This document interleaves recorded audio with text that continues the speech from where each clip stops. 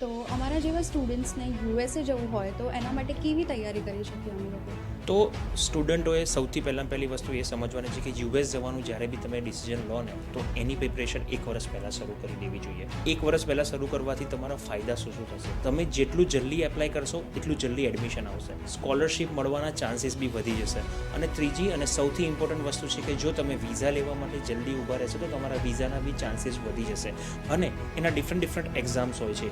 Exams આપો, document submit કરાવો, એના પછી સ્ટેટમેન્ટ ઓફ પર્પઝ છે, લેટર ઓફ રેકમેન્ડેશન છે, રેઝ્યુમે છે.